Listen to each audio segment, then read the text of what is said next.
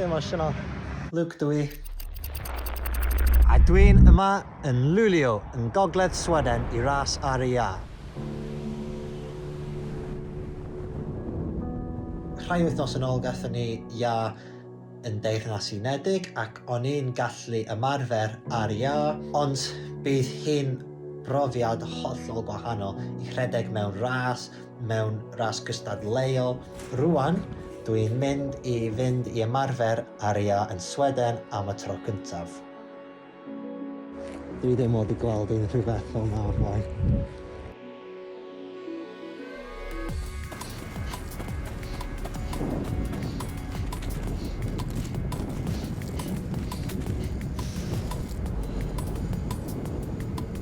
Dwi'n newydd orffen a rhedeg ymarfer. Fedrwch chi weld y golygfa tu ôl I mi. Am brofiad anhygoel a ni'n eitha emosiynol. Methu esbonio sut mae'n deimlo rhedeg efo bobl arall ar y iâ, gogledd Sweden, yn y noswaith. Anhygoel. Barod am ddechrau fwri. Bore ddydd Sul, diwrnod y ras, mae gen I llawer o egni nerfus, fel normal, ond mae'r amser wedi ddod. Dyma fi'n mynd.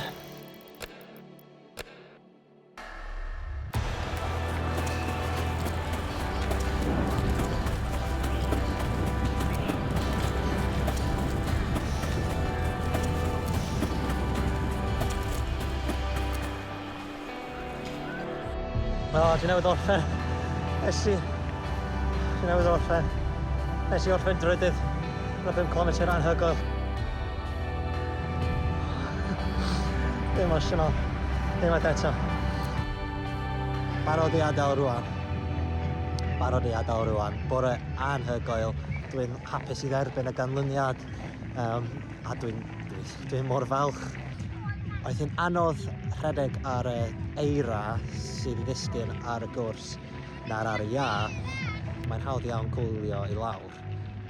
Pan da chi'n rhedeg mewn -8, mae hi'n her enfawr.